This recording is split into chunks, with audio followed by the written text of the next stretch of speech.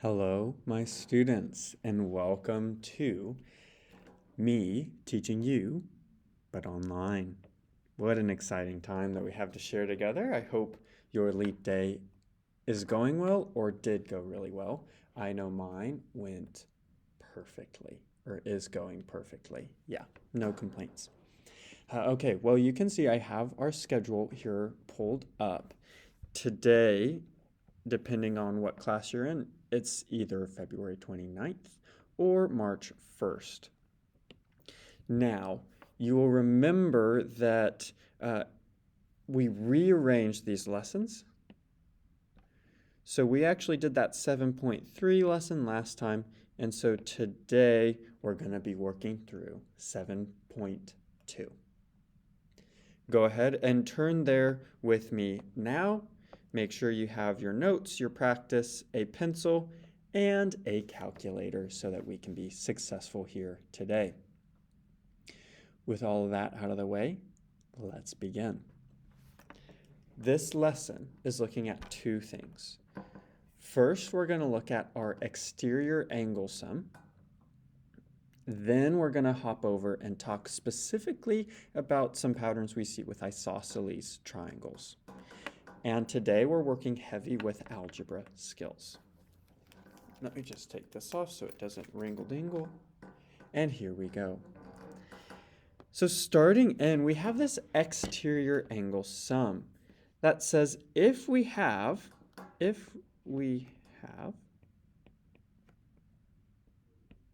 an exterior angle on a triangle, then we know the exterior angle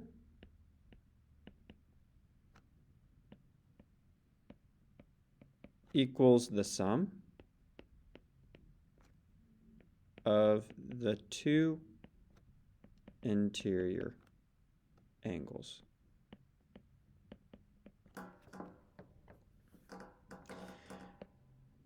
Excuse me, I should say remote. Interior remote. That's me being nitpicking. Let me explain what is happening here. In this diagram, you see we have a triangle. And we see we've numbered 3 different angles. This first angle here, that is what we call the exterior angle because it's outside of our triangle, right? So number 1 is our exterior angle, and then we have angle 2 and angle 3. These are what we call our remote interior angles because they're on the inside, but they don't touch angle 1. Okay? Mathematically, what we know when this happens is that we can add angle 2 and angle 3 together, and it's going to equal the value of angle 1. So here, angle 2 plus angle 3 equals angle 1. 1, 2, 3.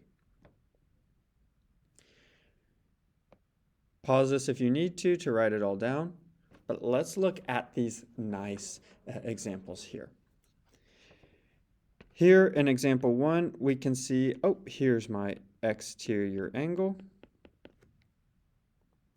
So what that tells me that I can do is I can add my 2 interior angles, so 36 plus 32, and that's going to equal that exterior angle. Since we see that question mark, I prefer to write that in as x. If you want to keep it as a question mark, you are more than welcome to. But then we solve this. 36 plus 32, we can see, ooh, did it twice, is 68. Well, that tells us that that angle there is 68 degrees, so we are already done with this example. Congratulations. Now, looking at example 2. Example 2, first we want to identify where is our exterior angle. Here I see it's that 121. So what we say is we add our two interiors.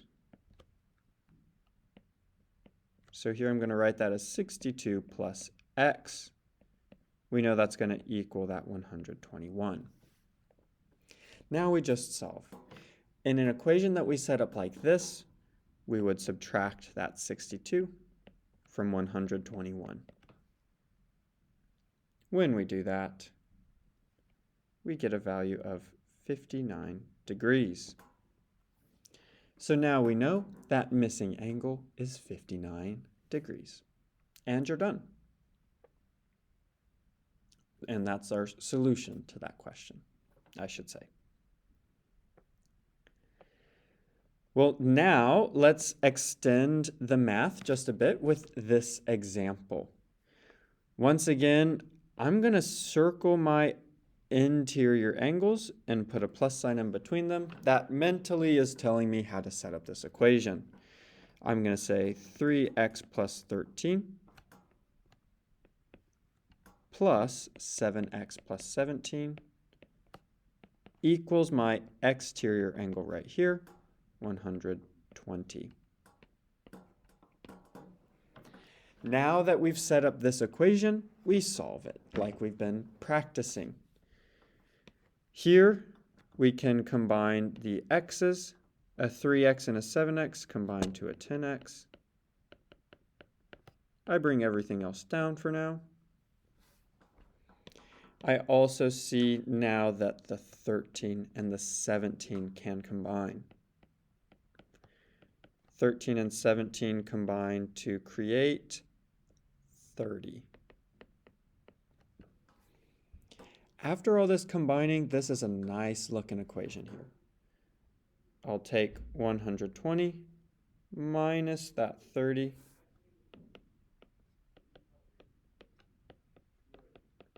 Giving me 90, and then finish it up with dividing by 10.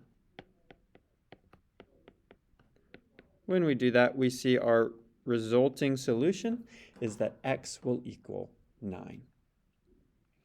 Now, let's check it. If you wanted to check it, we can go back to our original equation that we set up here. And instead of saying 3x, 7x, let's say 3 times 9.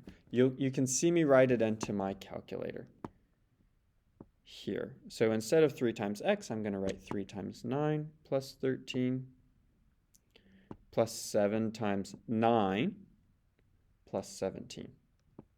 What do you think this is going to equal? If we've done this right, we should see that this equals 120. And we do, so congratulations, solved. So let's finish up this skill now with this last example. Now I'm going to go ahead and circle my interior angles, put a plus in between. That tells me immediately how to set up my equation. 54 plus 2x plus 13 equals 7 plus 8x. Now, you are your own person. You can work through this equation in the best way you see.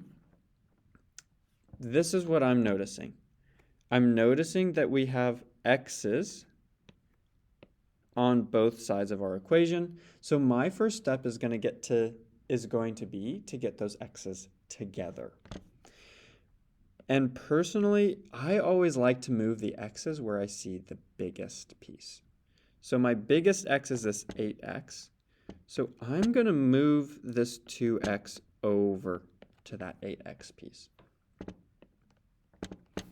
When I do that, that cancels over here. So on the left side, we're left with 54 plus 13.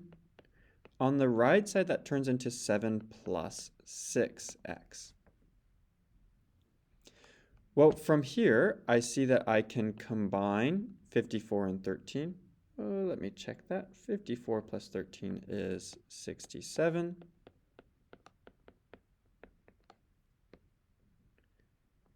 Now it's a little more clear. 60 equals 6x. Divide by 6 to get a result of 10 equals x. I'll follow through. Oops, wrong slash. Now, once again, we can check. If we go, ooh, actually, this is going to be more interesting. Let's do it here. So what we're going to do you see why I'm saying this is interesting? Let me tell you. On this one, it was really easy just to plug our x back in because all of our x's were on the same side. But because we have x's on both sides with our original equation, we can't just type this into our calculator. So what we'll do, let's look at each piece. So this piece that I have highlighted in red, I'm going to type that in. So that would be 54 plus 2 times 10, because that's what our x value is, plus 13. Okay, when we type this in with 10 for our x, we see our result turns into 87. So if 10 is the correct solution, we should be seeing 87 show up on the right side as well. We would do 7 plus 8 times x, but our x value is 10. And sure enough, we do see that that is 87, so it checks out. Congratulations, we've solved it. Okay, this is that first skill, looking at that exterior angles theorem. Congratulations. Now, let's move to the next page. On the next page, we're talking with isosceles triangles, and we have two pieces of information here. We have the base angles theorem.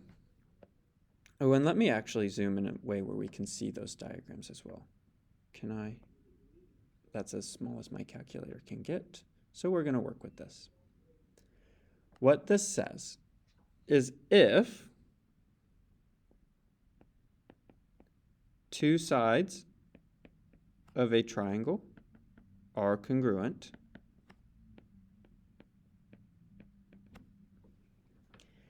then the two base angles are also congruent. What this is saying, because we see, whoa, funky, because we see we have these two congruent sides, right? I'll just erase this. That AB side and that AC side are congruent. We also know that the base angles are going to be congruent. Now, the question is, what is a base angle? A base angle is the angle that when you follow down from your side, it's that angle down here. So angle B would be a base angle, and angle C would also be a base angle. So go ahead in your notes, draw in those congruent marks. I'm going to zoom in here. And I'm going to write in that these are our base angles. They're always at the ends of the congruent sides.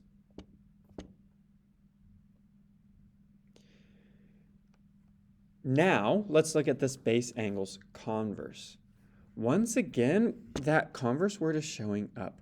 And if we remember, that just means we kind of flip the order.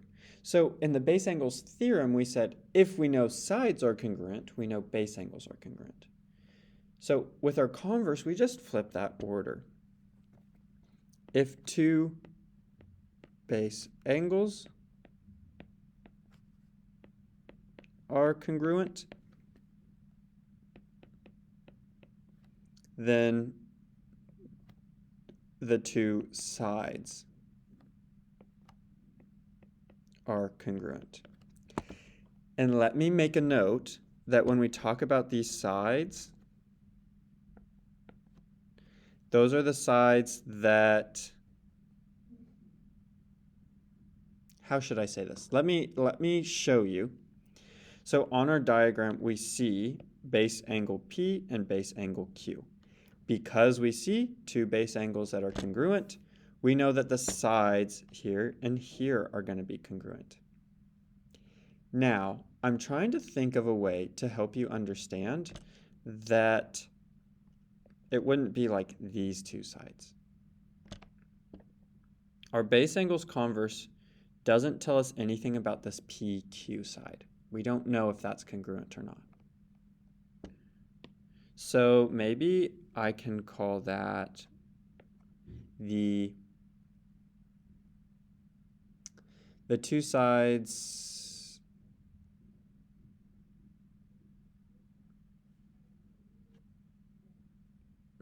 I think you follow. If you are still struggling, I'll come in and fill in those gaps next week. That's what I'll do. But for now, let's go ahead and see this in action. Okay, in example 1, do you see our congruent information? Do you see how we have two angles that are congruent?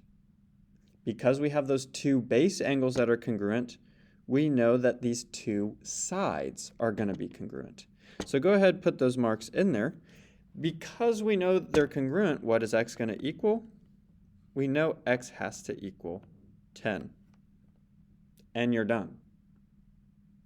Because we already know what x is. Great. In example 2, do you see that same thing is showing up? Oh. Go to class, I guess. Do you see how we have two base angles? So that's going to tell us, since our base angles are here, our sides are also going to be congruent. So here we know x equals 7. Now this, we would have used that converse to tell. In 3 and 4, let's go the other direction. Because we see these sides are congruent, we know my base angles are going to be congruent. So let me mark that in. That tells me x is going to be 46 degrees. This last example on this row, once again, I see two congruent sides, so I know I'm going to have the base angles also congruent. So we know x is going to equal 65. So these top 4 are working more visually. Do you see these congruent parts and how they show up in our isosceles triangles? These last 2 questions ask you to think a little more creatively. That's the word. So when we look at example 5, something really fascinating is going on here. We see our two congruent sides, which tells us our two base angles are congruent. Well, where are the base angles? Our base angles would be here and here. That's interesting. I'm going to switch over. That tells me this angle and this angle are congruent. Well, how does that help us create an equation, or how does that help us find what x is? Here's how. Because we know they're congruent, we know this angle on the bottom right also has to be x, because they're gonna be the same. But still, we can't just say, okay, well, x equals x. That still doesn't tell us what value x is. So this is where we're going to use our triangle sum. So mark your congruence, mark your information, and then let's use our triangle sum. Once again, that says if we add up the 3 angles, we know it's going to equal 180 degrees.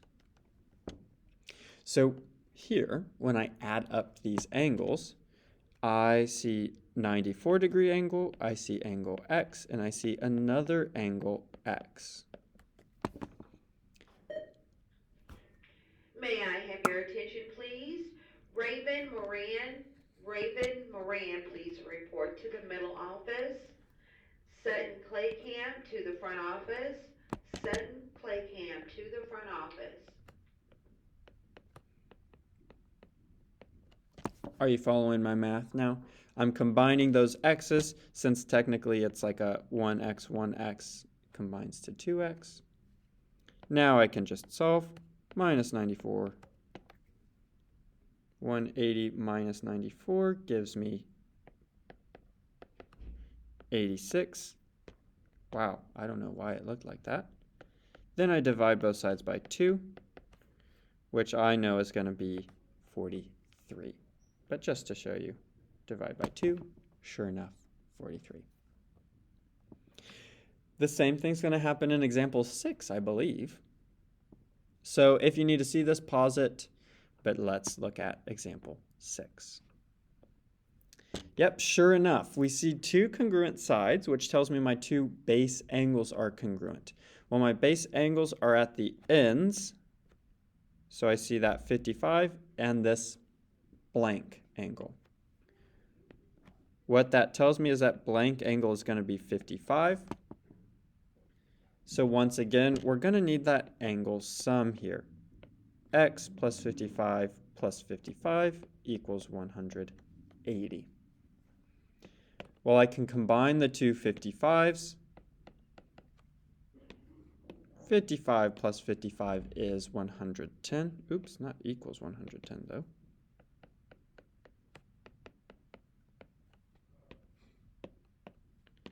And then, one more simple step, giving me x equals 70.